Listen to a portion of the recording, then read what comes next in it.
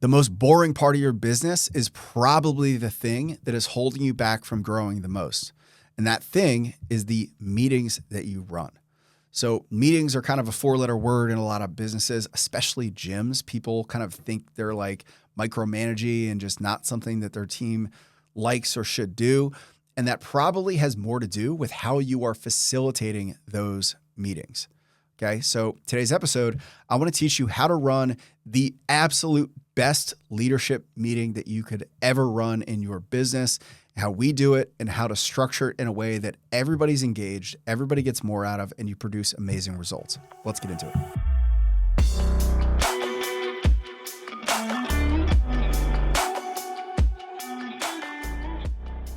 I struggled with meetings early on.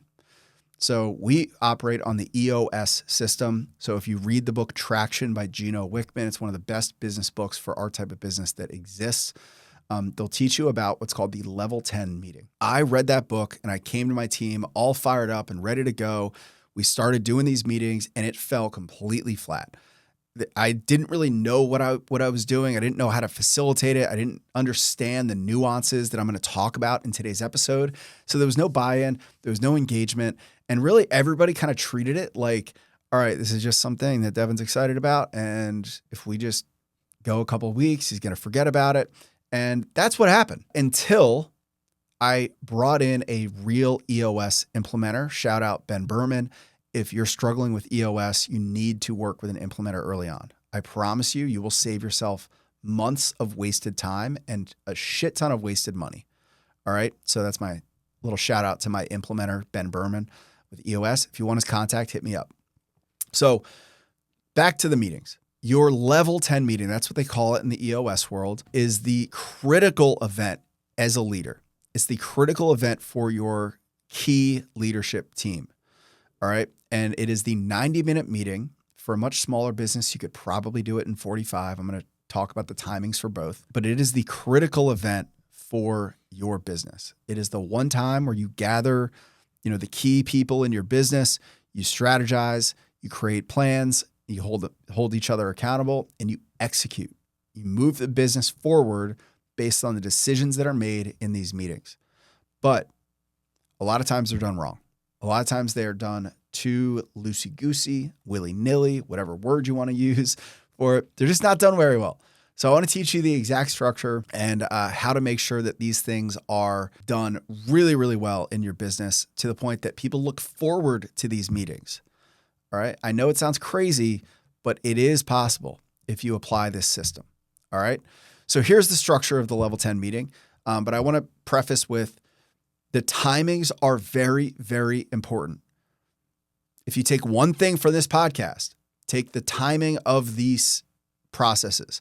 The timing of this meeting, the timing of each section of the meeting is so critical because it is the one thing that will save your meeting from being a waste of everybody's time and to being like one person rambling, going on tangents and, sucking the air out of these meetings to being a like Navy SEAL, well-oiled, execution machine that you should be operating at. All right. So adhere to the timings that we talk about. Just that rule will stop your meetings from spiraling out of control. All right. So let's talk about it. So the meeting opens with a positive focus. Okay. So we've tweaked it a little bit. I'm going to talk about it from the pure EOS standpoint, but it's essentially everyone states their best personal and their best professional thing from the previous week. Why this is important? It's important to just hear everybody out, hear what's going well in their lives, get everybody into a positive mindset. All right. So positive focus should be no longer than 5 minutes. So 5-minute positive focus gives everybody, you should be able to rip through this in way less than 5 minutes for a smaller team. But just one thing, personal and professional, that's going really well. Hey guys, just real quick pause. If you're enjoying this, please hit subscribe, like, comment, share this with any fitness professionals that you feel like would benefit from content like this. Let's get back to the episode. Next, and this is not exactly pure EOS, but I think is critical, especially for gyms with visionary leaders, is you need a statement of intent. So you need to make a clear divide between, hey, we're high-fiving, we're rolling into this meeting, we're talking about fun stuff in our lives, personally and professionally, you need a statement or a comment that is very clear divide between, hey, we're all friends here, we're just high-fiving, we're rolling into this meeting, and now it's time for business. So the statement of intent is something that I've put into our gyms that we need to apply. And essentially it sounds like this. All right, now it's time to get down to business. As a reminder, this meeting is where we have open and honest, hard conversations that are designed to drive the business forward. Our goal is to solve key issues, hold each shelves accountable, and act like true professionals. Is everybody ready? Awesome. So it's one little statement that is like, all right, the gloves are off. Now it's time to get down to business. All right. So make sure that you have rehearsed and you've got that statement for yourself that you're ready to execute on. So now we get into the business structure stuff. All right. And that statement of intent is really just 1 minute, less than a minute. You start with the scorecard. So the first real, section of your level 10 should be the scorecard. This section, 5 minutes and not a second longer. I don't care how long your scorecard is. It shouldn't be longer than like 20 metrics probably, but 5 minutes max. This is where I see most people fuck it up. This is where I see most people go on tangents and whatever. Now, why is the 5 minute timing so critical? Is because this is what stops you from building stories, making excuses, and talking around missed metrics. All right. The only thing that should be said on these metrics is on track or off track. There's a green, which means we hit the goal, and there's a red, which means we didn't hit the goal. All right. So for every single number, the only thing that is said is on track or off track. And if it's off track, what we do is we drop it down to the issues list. So on track, we say, great job. It's nice to get some excitement and clap it up. The more energy you can bring to that, like the more you can celebrate and, make positively reinforce wins is great, right? But if it's off track, you say, great. Don't entertain any stories. Don't entertain, well, it's off track, but I had these 2 clients that said they were going to buy, but they didn't submit their credit card yet. Fuck it. Fuck that. It's off track. You move it to the issues list. That's the end of that issue for this period of the meeting. I promise you, meetings go off the rails in this scorecard section when you entertain any bullshit, when you entertain any story, when you entertain any excuse. That is what derails these meetings. 5 minute time adherence is critical for making sure that you are just saying on track or off track for the whole scorecard. All right.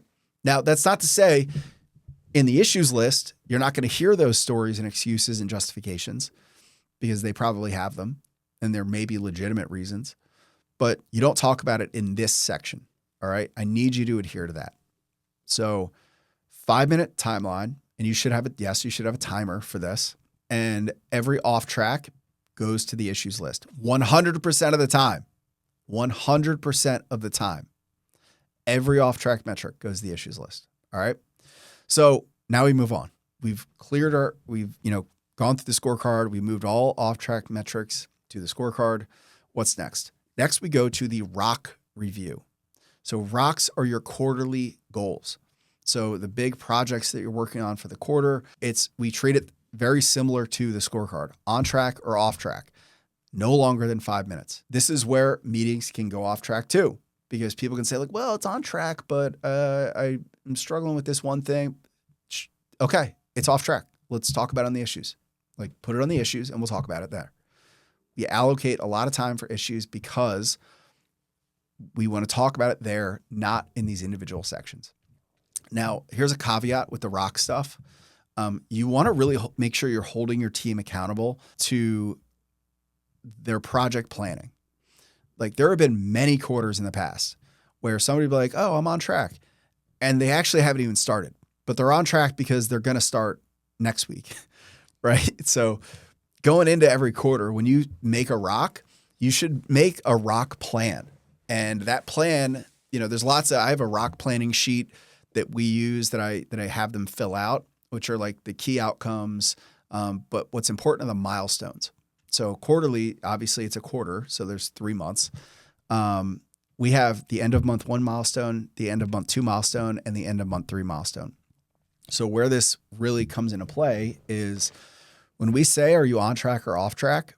I'm asking, are you on track based on what you put in your rock planning sheet? So if you said, if we're at the end of month 1 and you said you were going to have an outline done of your plan and it's not done, you are off track. Even if you have an idea of a semblance of a plan, you are off track. All right. So just be disciplined in that. And again, this isn't to like shame anybody, but you've got to get comfortable with calling it out and being like, hey, you said you're on track, but you haven't done anything. So we're going to talk about it. It's off track. We're going to put it on the issues list. All right. So again, anything off track, you move down to the issues list 100% of the time. Moving on. So the next stage of the meeting is headlines. So the way I explain this isn't always positive. All right. So headlines, company or staff or member headlines. Some people call this highlights. It's not highlights. It's headlines. If your company, if your gym was a newspaper, what would make front page news? All right. Now, this could be a waste of time, or it could be valuable action taking information that you're gathering. Right. And here's the difference. If it's just like people are coming in, they're like, we had a really good week. I had some members that lost weight. So that was cool. Right. That is a waste of everybody's time.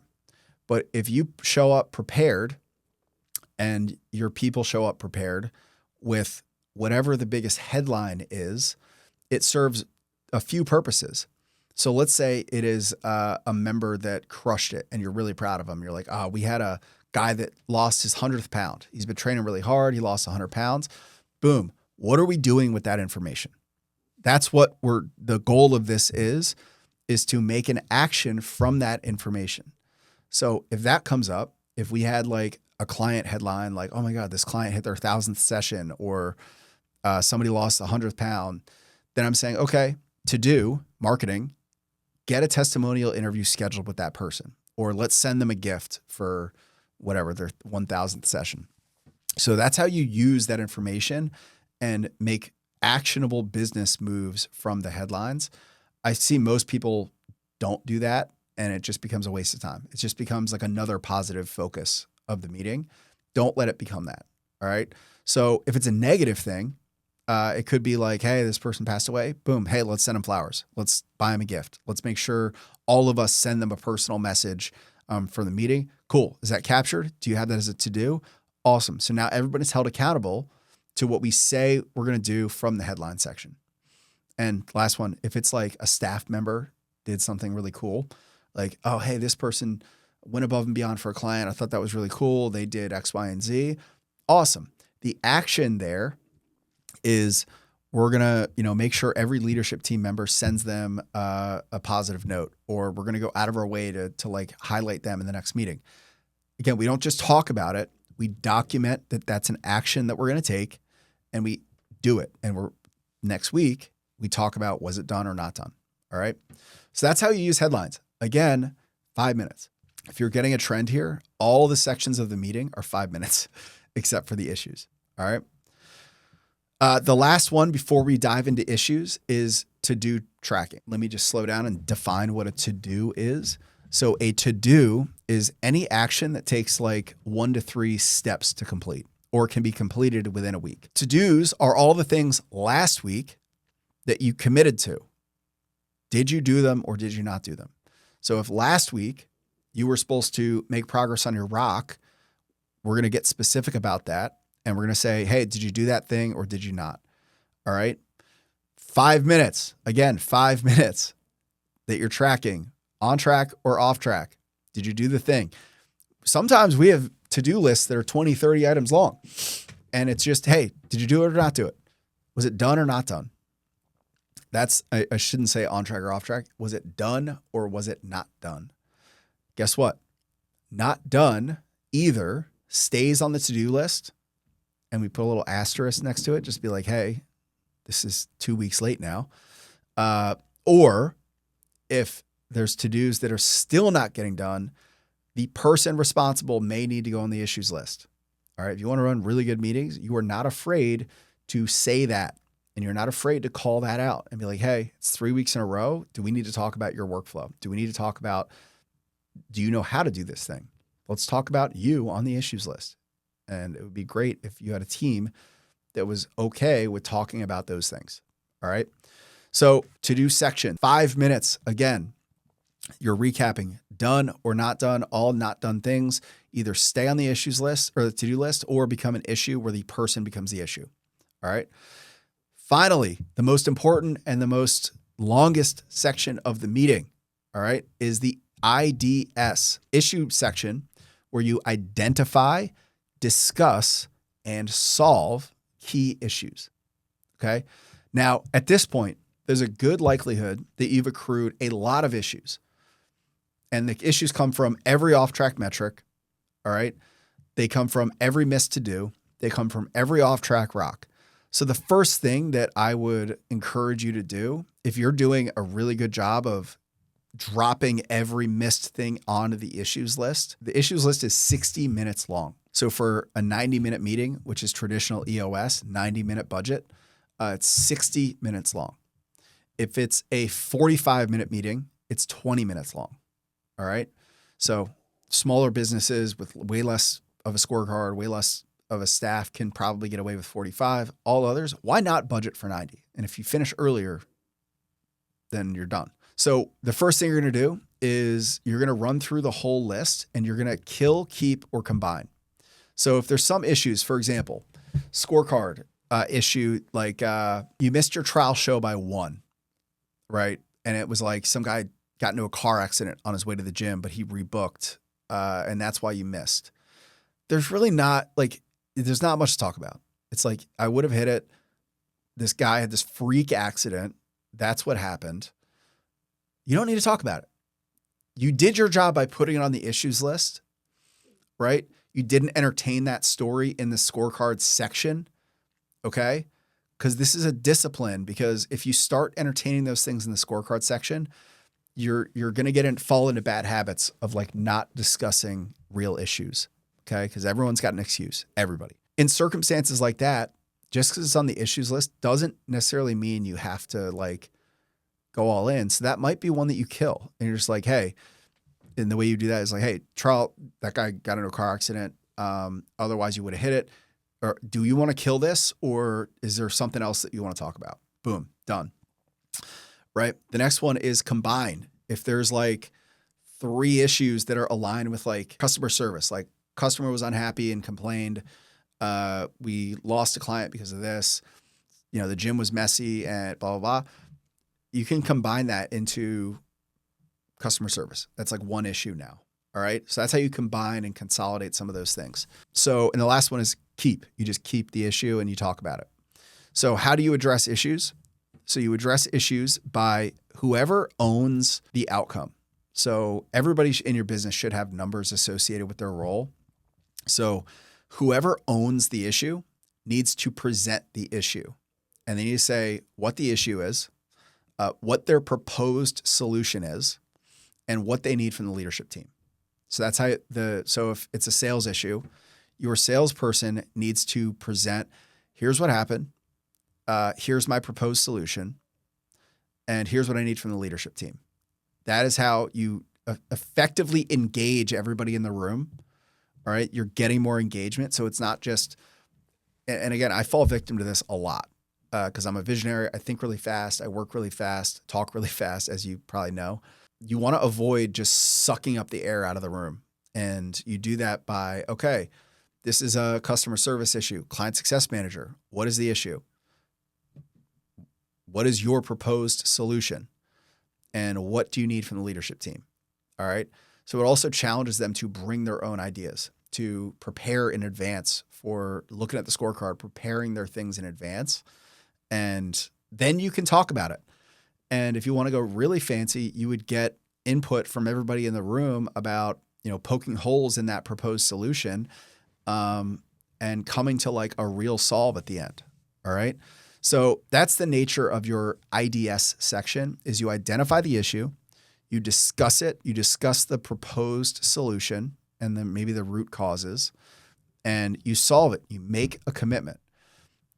Most people fail, or most people struggle with the solve, is they remain indecisive and they're just like, let's keep an eye on it this week. All right. So make sure that you're disciplined in identify, discuss it as a team, and come to a solution. And guess what? All those solutions are to-dos that are tracked the next week. All right. So all of this is a discipline. All of this requires the leader to be disciplined in capturing, tracking, capturing this somewhere that they can reference the next week to make sure that the people are doing their to-dos and they're staying on track.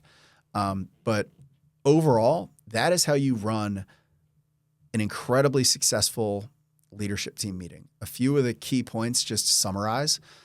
Stick to the times. You have to adhere to the timings.